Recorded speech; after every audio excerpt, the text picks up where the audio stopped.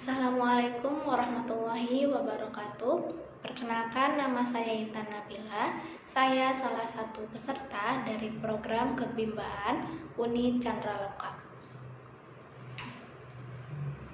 Di sini saya akan menjawab pertanyaan dari tugas video ketiga. Pertanyaan yang pertama, apa yang sahabat pahami tentang visi Bimba? Visi Bimba AIUEO adalah membangun generasi pembelajar mandiri sepanjang hayat. Artinya, generasi yang cinta akan ilmu pengetahuan dan selalu memperbaiki diri dengan tidak bergantung pada orang lain dan hanya mengandalkan dirinya sendiri serta Tuhan secara terus-menerus tanpa adanya batasan sampai akhir hayat. Pertanyaan yang kedua, apa saja langkah-langkah yang perlu dilakukan dalam mencapai visi Bimba? Langkah-langkah yang perlu dilakukan dalam mencapai visi Bimba, yang pertama adalah harus mensosialisasikan kata Bimba. Kata Bimba perlu disosialisasikan karena kata Bimba mempunyai filosofi yang luar biasa, yaitu lahir dari filosofi hidup manusia yang ingin mencapai kebahagiaan. Untuk mencapai kebahagiaan, salah satu kunci utamanya adalah dengan belajar. Untuk menjadi pembelajar, maka harus ditumbuhkan minat belajar sejak usia dini. Jika minat belajar sudah tumbuh, maka akan menjadi generasi pembelajar mandiri sepanjang hayat. Jika sudah menjadi pembelajar mandiri sepanjang hayat, maka akan bahagia yang berdampak sukses.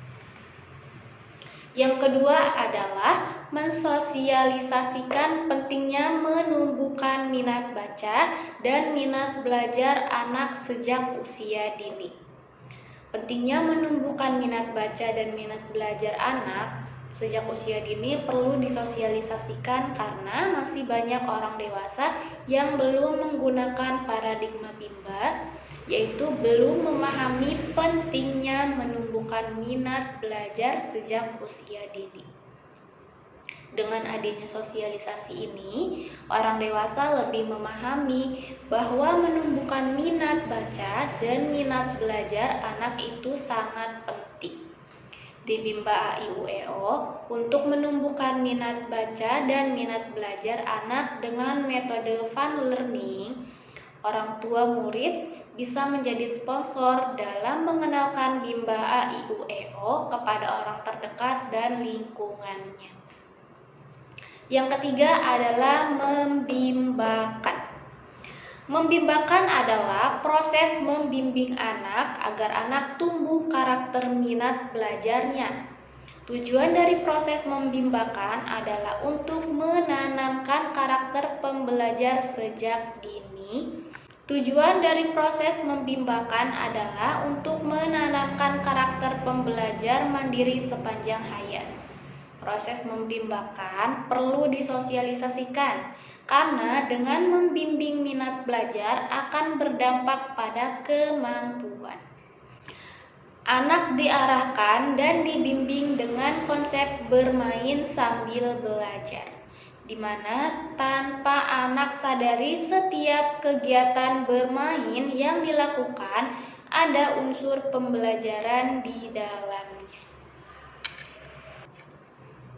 Proses membimbakan atau membimbing minat belajar dapat dilakukan di mana saja dan kapan saja.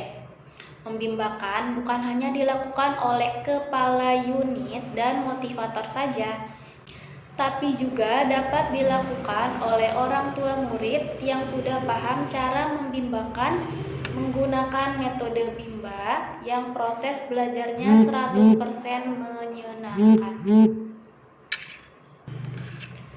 Membimbakan berbeda dengan mengajarkan. Perbedaan proses membimbakan dengan mengajarkan terletak dari tujuannya. Dalam membimbakan, proses yang dilakukan adalah membimbing minat belajar. Orang dewasa yang menerapkan proses membimbakan harus selalu ingat bahwa untuk membimbing karakter minat belajar, maka caranya harus fun learning. Agar bisa fun learning, cara yang harus dilakukan adalah small step system. Dan agar bisa small step system, maka harus individual system. Sedangkan saat mengajarkan, tujuannya tidak ada penekanan proses membimbing minat belajar. Kegiatan yang dilakukan berpotensi memaksa anak untuk belajar, sehingga anak akan terpaksa dalam belajar karena berorientasi pada kemampuan atau hasil belajar. Agar anak dapat tumbuh minat belajar, tentunya kita sebagai orang dewasa perlu membimbing minat belajar anak dengan proses belajar yang sepenuhnya menyenangkan bagi anak, bertahap, dan secara pendekatan individu. Sedangkan proses membimbakan bagi orang dewasa dapat dilakukan dengan cara memberikan pemahaman kepada orang dewasa mengenai pentingnya menjadi seorang pembelajar dan paradigma bimba. Pertanyaan yang ketiga, apa tujuan dari bimba A, I, U, E, O? Tujuan dari bimba A, I, U, E, O itu terdapat dua tujuan. Yang pertama ada tujuan utama dan ada tujuan khusus. Tujuan utama adalah seluruh keluarga besar bimba bahagia yang berdampak sukses. Sedangkan tujuan khususnya yaitu menumbuhkan minat baca dan minat belajar anak secara intrinsik. Bimba A, I, U, E, O mewajibkan semua orang dewasa yang ada di komunitas bimba untuk belajar dan berbuat baik. Dengan belajar dan berbuat baik, kita dapat memenuhi hak anak, yaitu bermain dan mendapatkan pendidikan. Pertanyaan yang keempat adalah, apa yang membedakan antara bimba A, I, U, E, O dengan lembaga pendidikan lainnya? Jika kita membahas mengenai apa yang membedakan bimba A, I, U, E, O dengan lembaga pendidikan lainnya, berarti kita akan membahas yang namanya keistimewaan bimba A, I, U, E, O.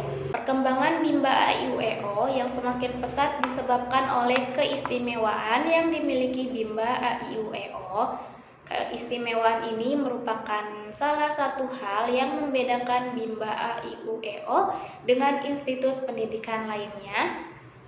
Adapun keistimewaan bimba A, I, U, E, O adalah dari kata bimba itu sendiri. Kata bimba sudah dibahas dalam filosofi bimba. Alasan kata bimba merupakan salah satu keistimewaan bimba A, I, U, E, O. Yang pertama, kata bimba lahir dari filosofi hidup setiap manusia yang tujuannya ingin mencapai kebahagiaan. Hal ini juga sejalan dengan filsafat pendidikan, di mana tujuan utama yaitu kebahagiaan.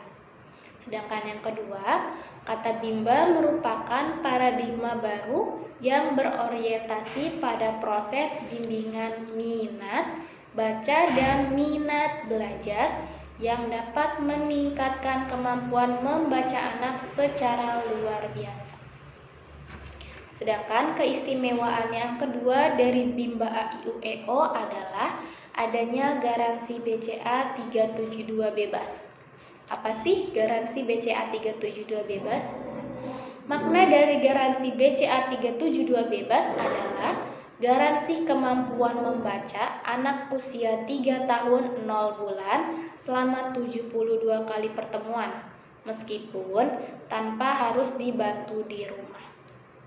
Adanya garansi BCA 372 bebas disebabkan oleh sulitnya mensosialisasikan paradigma dan metode bimba kepada masyarakat.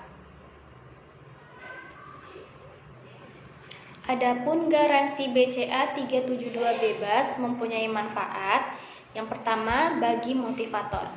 Bagi motivator, manfaatnya yaitu melindungi motivator dari intervensi wali murid dan memotivasi motivator agar mau belajar. Yang kedua, bagi anak yaitu melindungi anak dari pemaksaan belajar membaca di rumah dan hak anak terpenuhi. Yang ketiga, bagi wali murid merasa aman dan nyaman atas uang yang telah dikeluarkan.